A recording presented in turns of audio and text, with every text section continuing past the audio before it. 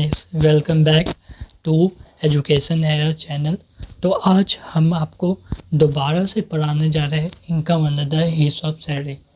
तो पिछली क्लास में हम लोगों ने income under heads of salary के अंदर पढ़ा था कि सैलरी मतलब क्या होता है, कि सैलरी मतलब कंपनसेशन होता है जो एक एम्प्लॉयर के द्वारा एम्प्लॉय को दिया जाता है।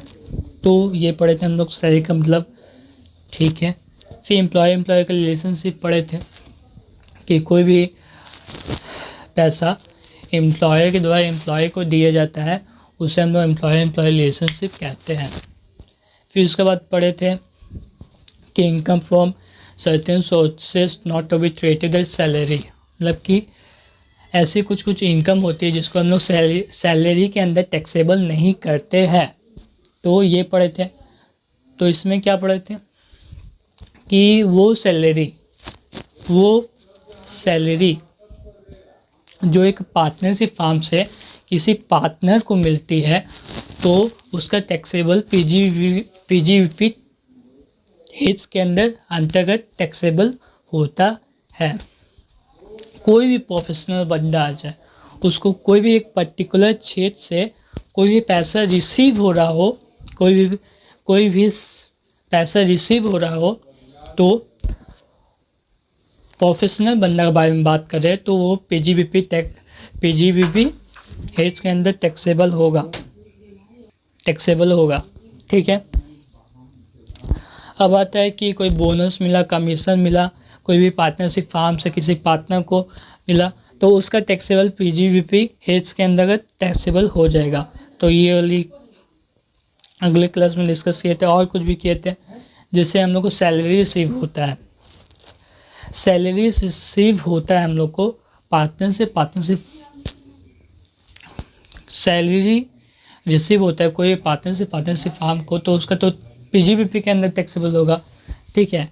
कोई भी salary from more than one sources, मतलब कि कोई भी एम्प्लॉयर के द्वारा एम्प्लॉय को सैलरी दिया जा रहा है एक या एक से ज़्यादा, मतलब कि उसका उस इनकम का एक या एक से ज़्यादा सोर्स उत्पन्न हो रहा है तो वह income under the heads of salary के अंदर टैक्सेबल हो जाएगा।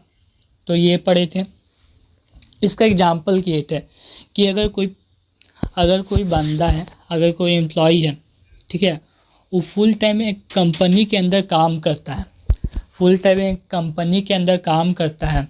और फुल टाइम काम करने के साथ साथ बंदा पार्ट टाइम भी कुछ काम करता है, वो बंदा कोई पार्ट टाइम भी कुछ काम करता है तो उसका taxable income under the heads of salary के अंदर टैक्सेबल हो जाएगा। तो ये एग्जांपल था। फिर अगला क्या था, फॉरगोइंग या सरेंडर ऑफ सैलरी। जैसे कोई भी मेरे को सैलरी रिसीव हो रहा है एम्प्लॉय के द्वारा, एम्प्लॉय को रिसीव हो रहा, तो जो टोटल इनकम था तो उसका टैक्सेबल हो जाएगा। लेकिन उसमें से क्या हुआ कि उसमें से कुछ हम, जैसे ये एम्प्लॉयर है, एम्प्लॉयर के द्वारा एम्प्लॉय को कोई भी पैसा रिसीव हुआ, ठीक है, ये एम्प्लॉय के द्वारा एम्प्लॉय को कोई भी पैसा रिसीव हुआ, ठीक है। तो एम्प्लॉय क्या किया कि एम्प्लॉय उसमें से कुछ पैसा खर्चा कर दिया, तो उसका टैक्सेबल नहीं होगा एकदम, काहे कि वो जो खर्चा किया अपना जेब में से निकाल के, वो पैसा तो जो खर्चा किया वो तो इनकम का ही तो पार्ट था, तो यह टैक्सेबल हो जाएगा, ठीक है। फिर और क्या पढ़े थे कि टैक्स फ्री सैलरी, कोई भी अगर टैक्स फ्री सैलरी एम्प्लॉय के द्वारा एम्प्लॉय को दिया जा रहा है, ठीक है, तो उसका भी टैक्सेबल हो जाएगा। दैट्स मीन इसका मतलब क्या हुआ कि जो टैक्स फ्री सैलरी है वो एम्प्लॉय को अपने इनकम में से जो टैक्स फ्री सैलरी जो दिया जा रहा है एम्प्लॉय को दिया जा रहा है उसका, ठीक है, जो इनकम एम्प्लॉय के द्वारा एम्प्लॉय को टैक्स फ्री सैलरी के रूप में दिया जा रहा है एम्प्लॉय को, ठीक है, तो उसका ना टैक्सेबल कौन करेगा, उसका टैक्सेबल करेगा एम्प्लॉयर। किसके नाम से करेगा, तो एम्प्लॉय के नाम से करेगा। यहाँ तक समझ में आया? ठीक आया होगा तो कमेंट कर देना। अब समझते हैं कि वॉलेंट्री पेमेंट्स और पर्सनल गिफ्ट्स क्या टैक्सेबल होता है? होता है तो कमेंट करना। कहीं पिछले क्लास में बताए थे हम। पिछले क्लास में थोड़ा मेरा माइक ये हो गया था, इसलिए क्लियर साउंड नहीं आ पा रहा था। ठीक है, तो आज माइक है तो अच्छा क्लियर से साउंड आएगा। ठीक है, तो हम लोग अपना करते हैं। वॉलेंट्री पेमेंट्स क्या होता है कि अगर कोई भी वॉलेंट्री पेमेंट्स एम्प्लॉय के द्वारा एम्प्लॉय को दिया जा रहा है तो उसका टैक्सेबल हो जाएगा। कोई भी एम्प्लॉय के द्वारा पर्सनल गिफ्ट्स दिया जा रहा है कि भैया तुम इतना अच्छा काम कर रहे हैं, हम तुमको पर्सनल गिफ्ट कोई भी गिफ्ट दे दिए। ठीक है, मतलब कि उसको खुश करने के लिए उसको इस कंपनी में अच्छा से और काम करने के लिए वो अपने तरफ से कुछ गिफ्ट दिया। ठीक है, तो क्या टैक्सेबल होगा? नहीं होगा भाई, तो ये टैक्सेबल नहीं होगा। आगे चलते हैं। प्लेस ऑफ एक्यूअल सैलरी, तो ये भी पढ़े थे कि कोई भी सर्विस जो है वो क्या हो रहा है। इंडिया का मार्क ले रहे हैं ब्लू वाला, ऐसे अच्छा एग्जाम्पल समझ में आएगा। ठीक है, कोई भी सर्विस जो है वो इंडिया से उत्पन्न हो रहा है। कोई भी सर्विस जो है वो प्रोड्यूस कहाँ से हो रहा है? इंडिया से प्रोड्यूस हो रहा है। ठीक है, अब जैसे हम सर्विस दे रहे हैं, ठीक है, फॉरेन कंट्री से मेरा रिलेशनशिप है। ठीक है, वहाँ स्टूडेंट्स मेरे सर्विस को देखते हैं और मंथली पैसा पे करते हैं। मतलब कि एक प्रकार का ट्यूशन खोल के रखे है, मार्केटिंग ट्यूशन खोल के रखे है।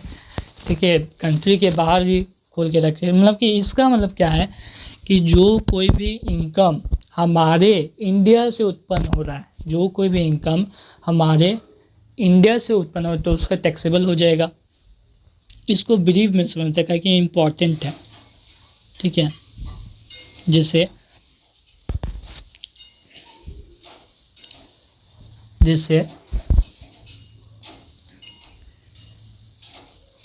कोई भी सैलरी जो है, जैसे सर्विस कहाँ से उत्पन्न हो रहा? इंडिया से उत्पन्न हो रहा। ठीक है, लेकिन सैलरी कहाँ से मिल रहा? भाई इंडिया के बाहर से सैलरी मिल रहा। इंडिया के बाहर से मेरे को सैलरी मिल रहा, मतलब कि इंडिया से कोई इनकम, इंडिया में कोई सैलरी मेरे को नहीं दे रहा है, इंडिया के बाहर से सैलरी आ रहा है। ठीक है, तो उसका टैक्सेबल हो जाएगा भैया, तो उसका टैक्सेबल हो जाएगा। लेकिन यही केस अगर हम किसी बाहर वाली कंपनी के यहाँ काम कर रहे हैं, ठीक है, और सर्विस उत्पन्न कर रहे हैं अपना इंडिया से, और कोई भी पेंशन रिसीव हो रहा है फॉरेन कंट्री से, कोई भी पैसा रिसीव हो रहा है पेंशन के रूप में रिसीव हो रहा है, कोई भी पेंशन के रूप में किसी भी आउटसाइड कंट्री से कोई भी पैसा मेरे को रिसीव हो रहा है, ठीक है, तो उसका टैक्सेबल नहीं होगा। नॉट टू बी डीन, तो राइज और एक्यूर तो इंडिया में नहीं हो रहा, मतलब कि उसका तो एक्यूर इंडिया में नहीं हो रहा। एक्यूर कहाँ हो रहा? उसका एक्यूर हो रहा फॉरेन कंट्री में एक्यूर हो रहा। ठीक है, तो ये अंडर सेक्शन 9 अंडर 1 था कि कोई भी सैलरी मिल रहा है आउटसाइड कंट्री से, कोई भी सैलरी मिल रहा है आउटसाइड कंट्री से, किनको? Government servants of the Indian citizen को मिल रहा है। ठीक है, तो उसका एक्यूर कहाँ हो रहा है? उस पर्टिकुलर सैलरी का एक्यूर अराइज कहाँ हो रहा है? इंडिया में रहा। अगर इंडिया में एक्यूर अराइज हो रहा है तो उसका इंडिया में ही क्या किया जाएगा? टैक्सेबल कर दिया जाएगा, उसका इंडिया में टैक्सेबल कर दिया जाएगा। आया होगा था तो कमेंट कर देना। अब समझते हैं कि वॉलेंट्री पेमेंट्स और पर्सनल गिफ्ट्स क्या टैक्सेबल होता है? होता है तो कमेंट करना। कहीं पिछले क्लास में बताए थे हम। पिछले क्लास में थोड़ा मेरा माइक ये हो गया था, इसलिए क्लियर साउंड नहीं आ पा रहा था। ठीक है, तो आज माइक है तो अच्छा क्लियर से साउंड आएगा। ठीक है, तो हम लोग अपना करते हैं। वॉलंटरी पेमेंट्स क्या होता है कि अगर कोई भी वॉलंटरी पेमेंट्स एम्प्लॉयर के द्वारा एम्प्लॉय को दिया जा रहा है तो उसका टैक्सेबल हो जाएगा। कोई भी एम्प्लॉय के द्वारा पर्सनल गिफ्ट्स दिया जा रहा है कि भैया तुम इतना अच्छा काम कर रहे हैं, हम तुमको पर्सनल गिफ्ट कोई भी गिफ्ट दे दिए, ठीक है, मतलब कि उसको खुश करने के लिए उसको इस कंपनी में अच्छा से और काम करने के लिए वो अपने तरफ से कुछ गिफ्ट दिया, ठीक है, तो क्या टैक्सेबल होगा? नहीं होगा भाई, तो ये टैक्सेबल नहीं होगा। आगे चलते हैं, प्लेस ऑफ एक्यूअल सैलरी। तो ये भी पढ़े थे कि कोई भी सर्विस जो है वो क्या हो रहा है, इंडिया का मार्क ले रहे हैं ब्लू वाला, ऐसे अच्छा एग्जाम्पल समझ में आएगा, ठीक है। कोई भी सर्विस जो है वो इंडिया से उत्पन्न हो रहा है, कोई भी सर्विस जो है वो प्रोड्यूस कहाँ से हो रहा है? इंडिया से प्रोड्यूस हो रहा है, ठीक है। अब जैसे हम सर्विस दे रहे हैं, ठीक है, फॉरेन कंट्री से मेरा रिलेशनशिप है, ठीक है, वहाँ स्टूडेंट्स मेरे सर्विस को देखते हैं और मंथली पैसा पे करते हैं, मतलब कि एक प्रकार का ट्यूशन खोल के रखे है, मार्केटिंग ट्यूशन खोल के रखे है, ठीक है, कंट्री के बाहर भी खोल के रखे हैं। मतलब कि इसका मतलब क्या है कि जो कोई भी इनकम हमारे इंडिया से उत्पन्न हो रहा है, जो कोई भी इनकम हमारे इंडिया से उत्पन्न हो तो उसका टैक्सेबल हो जाएगा। इसको ब्रीफ में समझ सका कि इम्पॉर्टेंट है, ठीक है। जैसे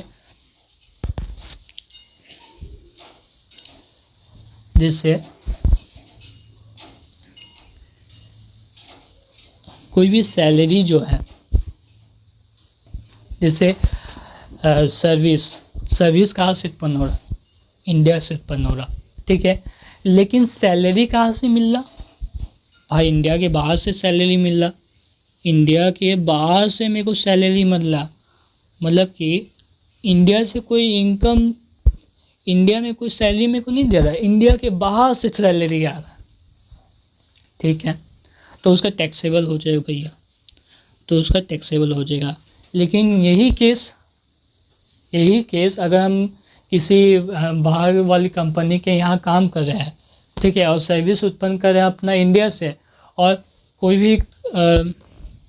भी पेंशन रिसीव हो रहा है फॉरेन कंट्री से, कोई भी पैसा रिसीव हो रहा है पेंशन के रूप में रिसीव हो रहा है, कोई भी पेंशन के रूप में किसी भी आउटसाइड कंट्री से कोई भी पैसा में कोई रिसीव हो रहा है, ठीक है, तो उसका टैक्सेबल नहीं होगा। नॉट टू बी डीन, तो राइज और एक्यूर तो इंडिया में नहीं हो रहा, मतलब कि उसका तो एक्यूर इंडिया में नहीं हो रहा, एक्यूर कहाँ हो रहा? उसका एक्यूर हो रहा फॉरेन कंट्री में एक्यूर हो रहा, ठीक है। तो ये अंडर सेक्शन 9 अंडर 1 था कि कोई भी सैलरी मिल रहा है आउटसाइड कंट्री से, कोई भी सैलरी मिल रहा है आउटसाइड कंट्री से, किनको? Government servants of the Indian citizen को मिल रहा है, ठीक है। तो उसका एक्यूर कहाँ हो रहा है? उस पर्टिकुलर सैलरी का एक्यूर अराइज कहाँ हो रहा है? इंडिया में रहा। अगर इंडिया में एक्यूर अराइज हो रहा है तो उसका इंडिया में ही क्या किया जाएगा? टैक्सेबल कर दिया जाएगा, उसका इंडिया में टैक्सेबल कर दिया जाएगा। तो ये था। अब आगे आते हैं आगे। अब यहाँ से हम लोग का चालू होता है नया टॉपिक, बेसिस ऑफ चार्ज। अच्छे से यहाँ पे प्रीवियस ईयर वो सैलरी, मतलब कि जो सैलरी प्रीवियस ईयर में मिला है उसका चार्जेबल होगा असेसमेंट ईयर में, ठीक है। तो यही यहाँ पे बोला है। बेसिस ऑफ चार्ज ये क्या होता है? मतलब कि बेसिस ऑफ चार्ज में क्या हम लोग पढ़ेंगे? बेसिस ऑफ चार्ज सेक्शन 15 के अंदर इसका टैक्सेबल होगा, सेक्शन 50 के अंदर इसका टैक्सेबल होगा। तो इसमें कुछ पॉइंट्स हैं। पॉइंट्स क्या है कि where any salary paid in advance in year receipt, मतलब कि जैसे हम लोग कोई सर्विस दे रहे हैं, हम एक सपोज टीचर हैं, हम एक सपोज टीचर हैं, हम कोई सर्विस दे रहे हैं अपना स्टूडेंट तक को, ठीक है। तो क्या हुआ, एक तो स्टूडेंट आया, तो हम एक एग्जांपल लेके आपको समझाते हैं। जिसे मान लो कि जनवरी है, ये जनवरी चला हम लोग का, ठीक है, जनवरी चला और फरवरी। क्या हुआ, एक स्टूडेंट आया और जनवरी का लास्ट डेट आया, 31 जनवरी आया, ठीक है। अब 31 जनवरी को क्या हुआ कि उस स्टूडेंट बोला कि सर हम बाहर जाएंगे, नानी घर जाएंगे, तो मेरा ना आप जनवरी का ले लीजिए सैलरी और फरवरी का भी सैलरी ले लीजिए, ठीक है। तो ये जो सैलरी मेरे को रिसीव हुआ, ये कि टीचर को जो सैलरी रिसीव हुआ, एडवांस सैलरी, ठीक है, एडवांस सैलरी जो रिसीव हुआ, ठीक है, ठीक है। तो रिसिप्ट बेसिस में, तो यह रिसिप्ट बेसिस में इन द ईयर ही, मतलब कि यही साल ही उसका टैक्सेबल हो जाएगा। अंडर सेक्शन 15 एक्सप्रेशन 1, ठीक है। सर मैं ये वाला टॉपिक। अब आगे, when any arrears of salary, इसका मतलब जानने के एरियर्स ऑफ सैलरी, बस अभी इसका आप नाम याद करके रखो, एरियर्स ऑफ सैलरी, ठीक है। कोई भी arrears of salary have been tax on due basis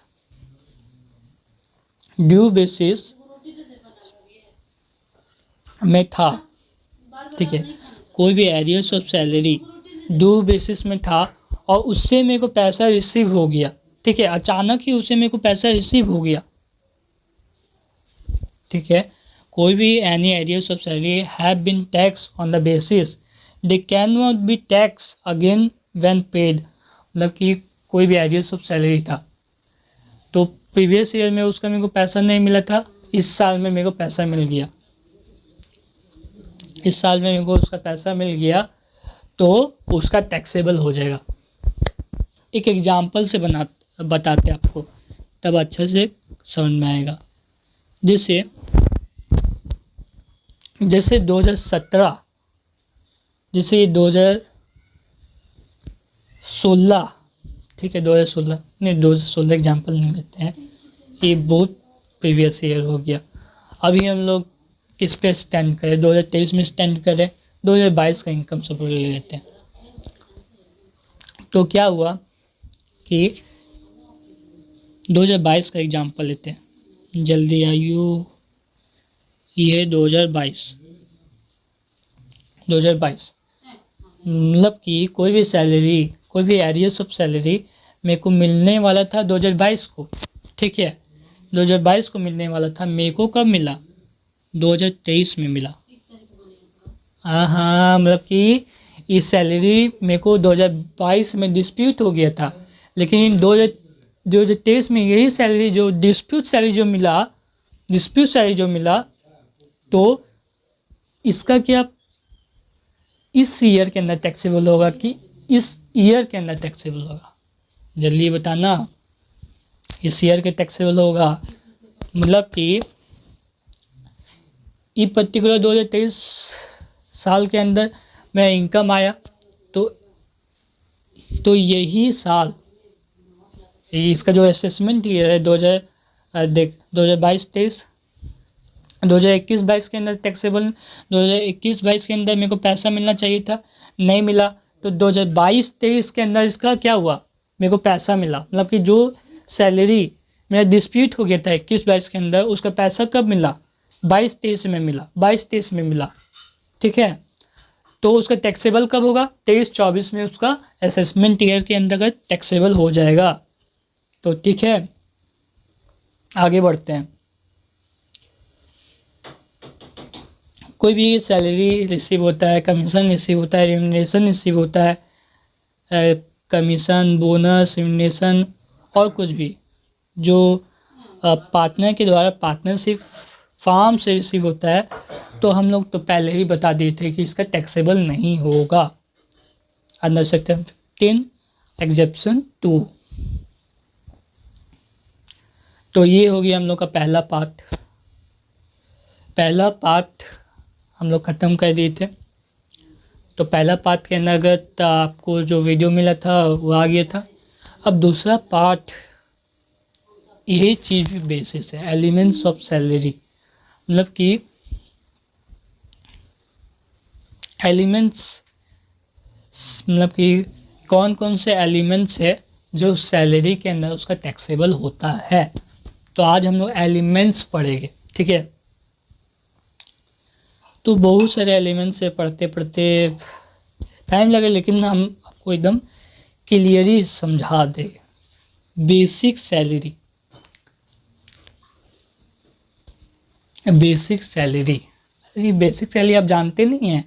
जैसे आप लोग के पापा पर काम करते होंगे, ठीक है, तो मंथली में जो तनख्वाह मिलता है, सैलरी मिलता है, तो वही तो उसी को तो बेसिक सैलरी बोलते हैं। अरे यार, तो इसी को बेसिक सैलरी बोलते हैं। कभी कभी क्वेश्चन में क्या आता है ना कि कभी कभी इस बेसिक सैलरी जो है ना उसको पे भी बोल लेता है कभी कभी क्वेश्चन में। तो काफ़ी कंफ्यूज हो जाता है बच्चा, काफ़ी कंफ्यूज हो जाता है। तो यहाँ पे हम आपको डायरेक्टली बता दें, इनडायरेक्टली समझ नहीं आए तो इसलिए आपको डायरेक्टली बता दिए कि कभी भी आप लोग क्वेश्चन सॉल्व करें तो कंफ्यूज ना हो, ठीक है। तो बेसिक सैलरी मतलब बता दिए कि कोई भी एम्प्लॉयर के द्वारा एम्प्लॉय को पैसा रिसीव होगा, ठीक है, रिसीव होगा, तो वो हम लोग का बेसिक सैलरी कहलाता है। तो उसका फुल्ली टैक्सेबल हो जाएगा। तो अभी हम लोग थ्योरी में चलते हैं। देखो हम लोग के सिलेबस में क्या क्या है, क्या क्या हम लोग को सिलेबस के अनुसार पढ़ना है। तो हम लोग सिलेबस के अनुसार बेसिक सैलरी के बारे में पढ़ना है, advance salary, arrears of salary और बोनस के बारे में पढ़ना है। तो ये हो गया पहला पार्ट। दूसरा पार्ट के अंदर क्या आएगा कि जो स्पेशल अलाउंसेस है, ठीक है, they are allowances which are spent wholly and exclusively for the performance of the official duties. तो ये सब हम लोग पढ़ेंगे, ठीक है, पढ़ेंगे। फुल्ली टैक्सेबल मतलब कि कौन कौन से जो इनकम रिसीव होते हैं एम्प्लॉयर एम्प्लॉय के रिलेशनशिप से, तो वो सारी इनकम उसका फुल्ली टैक्सेबल हो जाएगा। तो सबसे पहले डियरेंस अलाउंसेस हो गया, डियरेंस अलाउंसेस को डियरेंस पे भी बोलते हैं। नाम में तो नहीं सॉरी, डियरेंस अलाउंसेस और डियरेंस पे अलग चीज़ है भाई, अलग चीज़ है। एक तो होता है house rent allowances, medical, city, children, transport, तो ये सब का टैक्सेबल होता है। अब टैक्स फ्री में पढ़ेंगे, इसी में ही आएंगे घूम के। अभी हम लोग चलते हैं अपने थ्योरी के ऊपर। ये क्या है, वो मैथ है ना, वो वही, हाँ, इस बेसिस में हम लोग मैथ बनाएंगे, ठीक है। पूरे यही बेसिस को हम लोग फॉलो करना है।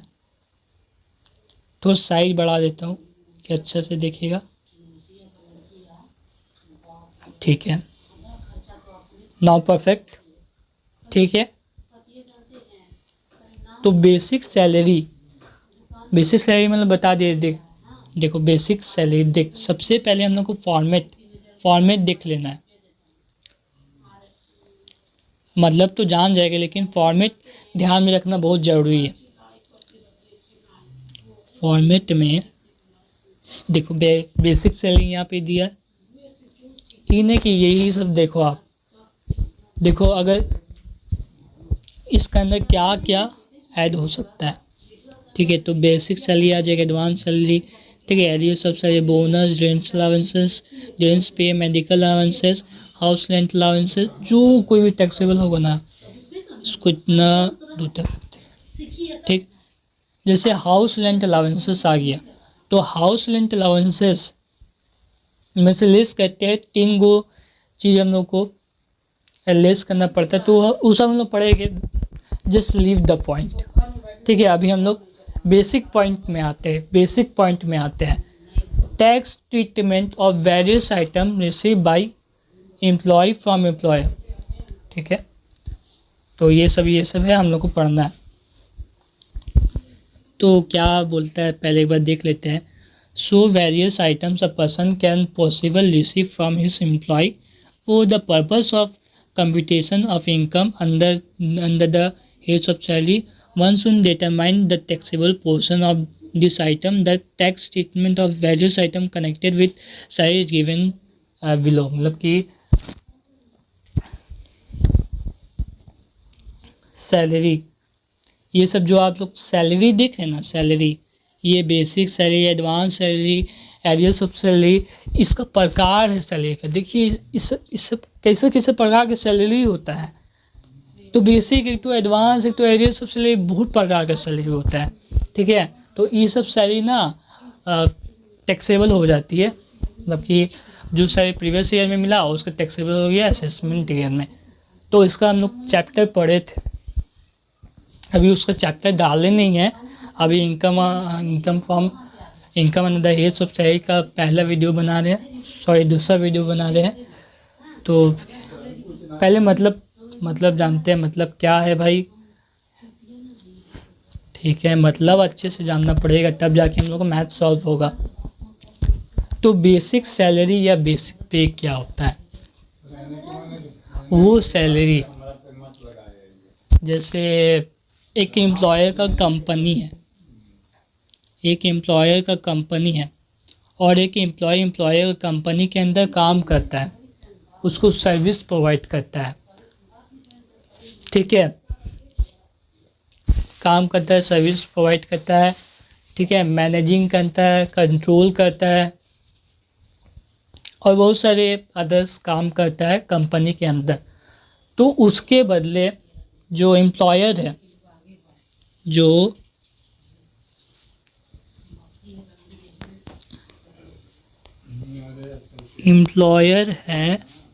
उसके बदले जो एम्प्लॉयर है वो एम्प्लॉय को सैलरी देता है। तो उसको हम बोलते हैं बेसिक सैलरी। क्या बोलते हैं? Basic salary. तो नोट्स पे आते हैं। It is the amount attach to a post. मतलब कि ये एक प्रकार का अमाउंट है, जब हम लोग पोस्ट में अटैच होते हैं तो and receive by employ irrespective of any other consideration. मतलब कि जो पैसा रिसीव होता है एक कंपनी से, उसका फुल्ली टैक्सेबल हो जाता है। अंडर द असेसमेंट ईयर में फुल्ली टैक्सेबल हो जाता है। अब कोई एडवांस सैलरी मतलब क्या बोल सर कि this is the portion of salary becoming due in the following previous year but receive in the current previous year. मतलब कि ये सैलरी का पोर्शन है जो क्या था कि जो प्रीवियस ईयर में ड्यू था और हम लोग को करेंट प्रीवियस ईयर में मिला, तो इसका टैक्सेबल हो जाएगा। रिसिप्ट बेसिस में इसका फुल्ली टैक्सेबल हो जाएगा। इजी बात समझ में आया कि जो कोई भी सैलरी का पार्ट था, ठीक है, सैलरी का पार्ट था प्रीवियस ईयर में ड्यू था, वो मेरे को मिला करेंट प्रीवियस ईयर में। ठीक है, वो मेरे को कब मिला? करेंट प्रीवियस ईयर में। तो उसका असेसमेंट ईयर के अंदर उसका टैक्सेबल हो जाएगा। आई बात समझ में? तो दो चीज़ हम लोग को ख़त्म हो गया, बेसिक सैलरी और एडवांस सैलरी। एडवांस सैलरी क्या है कि जस्ट ये सैलरी का part, the part of the salary is called advance salary. ये क्या होता है कि इसका टैक्सेबल हो जाता है under the receipt basis to assessment year में हो जाता है, इन असेसमेंट ईयर में हो जाता है। ठीक है, तो यहाँ तक बात क्लियर? ठीक है, तो कोई डाउट दिक्कत नहीं। डाउट दिक्कत आएगा तो आप मेरे को बता देना कि कौन सा कॉन्सेप्ट आपको समझ नहीं आया। मैसेज कर देना, मतलब कि मैसेज के अंदर जाके यूट्यूब का मैसेज में, तो हम देख लेंगे और अगला वीडियो में उसको अच्छा से बता दें। ठीक है, जो कोई भी नहीं समझ में आया या एग्जाम्पल कुछ नहीं समझ में आया या कुछ मैथ नहीं बना तो हम सब बता देंगे। तो मैथ भी करेंगे। अब जानते हैं एरियर्स ऑफ सैलरी क्या होता है। एरियर्स ऑफ सैलरी हम अभी थोड़ा देर पहले बताए थे। एरियर्स ऑफ सैलरी क्या होता है कि जो प्रीवियस ईयर में जो सैलरी में डिस्प्यूट था, मेरे को करंट प्रीवियस ईयर में मिला, तो उसको हम लोग बोलते हैं एरियर्स ऑफ सैलरी। ठीक है, जो प्रीवियस ईयर में जो सैलरी डिस्प्यूट था मेरे को रिसीव कब हुआ करंट प्रीवियस ईयर में, तो उसको बोलते हैं एरियर्स ऑफ सैलरी। या कोई रेट्रोस्पेक्टिव टाइम से मेरे को पैसा मिल गया हो, ठीक है, रेट्रोस्पेक्टिव से पैसा मिल गया हो, तो उसको बोलते हैं एरियर्स ऑफ सैलरी।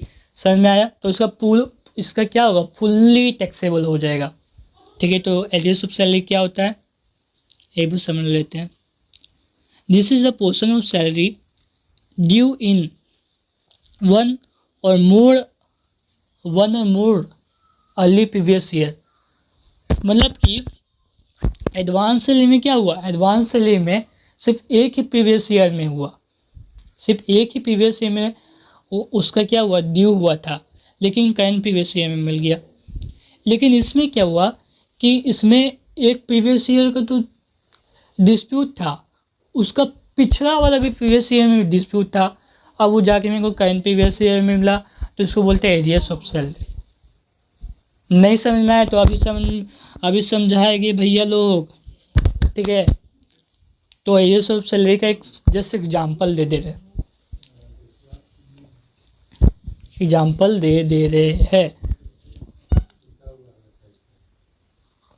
जैसे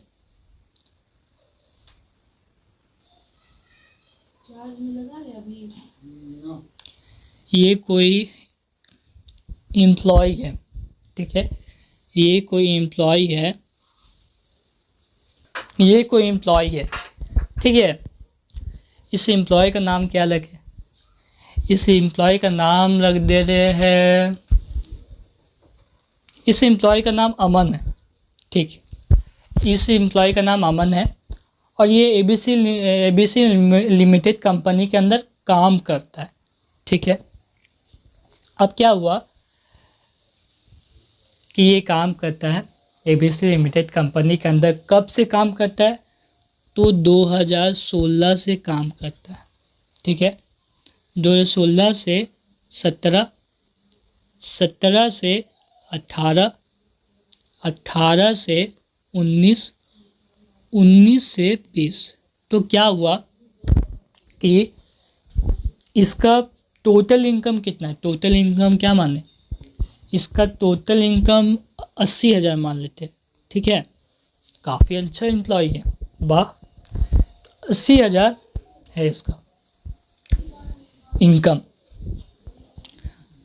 2016 से 17 के बीच जो 80,000 था, मिलने वाला था एम्प्लॉय को कि वाह आज तो मेरे को पैसा मिलेगा, आज एकदम मैं मटक के घर में जाऊँगा, पैसा रखोगा, दिखाऊंगा सबको, लो भाई पैसा, मम्मी को जाके दोगे पैसा, मम्मी खुश हो जाएगी। तो देखा पैसा ही नहीं मिला, दूसरा साल भी पैसा नहीं मिला, तीसरे साल भी पैसा नहीं मिला, और चौथा साल उसको पैसा मिल गया 80,000। क्या उसको 80,000, सिर्फ 80,000 ही पैसा मिलेगा कि तीनों का मिला करके 8, 16, 24, 240,000 प्लस 80,000 मिला करके उसका पास कितना इनकम आएगा, 0। अच्छा बार के 2 हासिल लेख और 2 1 3, 320,000 रुपया इसको मिलेगा 19-20 के अंदर। तो उसका 20 और 21 में जाके टैक्सेबल हो जाएगा। तो इसी को बोलते हैं भैया इसी को बोलते हैं एरियर्स ऑफ सैलरी, इसी को बोलते हैं एरियर्स ऑफ सैलरी। समझ में आया? इसी को बोलते हैं एरियर्स ऑफ सैलरी। एकदम समझ में आया होगा आपको? ठीक है, नहीं समझ में आया तो अगला क्लास में बता देंगे, लेकिन ये समझ में आया होगा। इतना अच्छा एग्जाम्पल ये भी बता दिए थे कि एडवांस सैलरी क्या होता है? जैसे इनकम का पार्ट होता है, सॉरी सैलरी का पार्ट होता है, और एरियर्स ऑफ सैलरी भी सैलरी का पार्ट होता है। एरियर्स ऑफ सैलरी एक या एक से ज़्यादा प्रीवियस ईयर तक नहीं मिल पाती, डिस्प्यूट रहती है, फिर जाके एक करंट ईयर में जाके हम लोग को पैसा मिल जाता है, तो उसको हम लोग क्या बोलते हैं? Arrears of salary. Arrears of salary उसका फुल्ली टैक्सेबल हो जाता है। ठीक है, अब पढ़ेंगे बोनस। शांत हो जाओ। बोनस बोनस बोनस आपको बोनस मिलेगा, फलाना कंपनी से फलाना कंपनी से बोनस मिलेगा, बोनस। अच्छा, आप लोग कभी सुने ना कि दीपावली में, दुर्गा पूजा में, होली में, काली पूजा ये सब का छुट्टी में बोनस मिलता है? ठीक है, बहुत ही कम कंपनी बहुत सारी कंपनी बोनस देती है। ठीक है, कोई एम्प्लॉय अच्छा काम करता है तो बेटा उसको बोनस दे देता है, तो एम्प्लॉय बेटा एकदम खुश है, मेरे को बोनस मिल गया। तो बोनस ना एक एक्स्ट्रा अमाउंट है सैलरी के साथ, तो जो एक्स्ट्रा अमाउंट मिलता है उसको हम लोग बोनस कहते हैं। ठीक है, जैसे बेनिफिट फॉर एम्प्लॉय के लिए एक बेनिफिट है। ठीक है, तो बोनस क्या है? Bonus the part of salary and is normally given in incentive to the employ. This is fully taxable हो जाता है। अरे भैया टैक्सेबल हो गया मतलब मैं फायदे का होगा, इससे बहुत फ़ायदा होगा। फर्स्ट चैप्टर पढ़ाएंगे हम, उसके अंदर सब फ़ायदा नुकसान सब समझ में आ जाएगा। ठीक है, अभी बोनस समझते हैं, क्या कि एग्ज़ाम आने वाला है। ठीक है, तो ये चैप्टर काफ़ी सभी बच्चों को मुश्किल में डाल देता है कि भैया इसका मैथ कैसे बनाए, भैया ये क्या करे हो, इसका मैथ कैसे बनेगा, तो टेंशन में आते हैं। इसलिए हम रिवीजन सीजन लाए हैं income under the heads of salary का। ठीक है, तो बोनस क्या है कि bonus is a part of the salary जो रिसीव होता है, नॉर्मली रिसीव होता है, अच्छा काम करने पर रिसीव होता है। या जैसे दिवाली वाला एग्जांपल लिए थे, होली, काली पूजा, दशहरा, ये सब टाइम में बोनस रिसीव होता है। ठीक है, तो इसका फुल्ली टैक्सेबल हो जाता है। यहाँ तक बात समझ में आई? अब अलाउंसेस क्या होता है?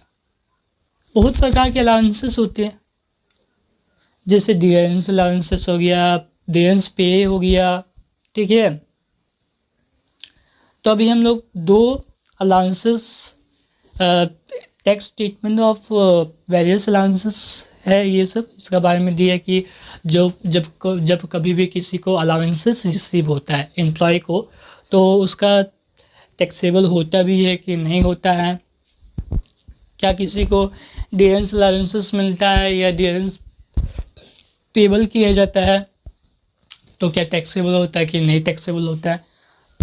तो अभी देखते हैं क्या होता है।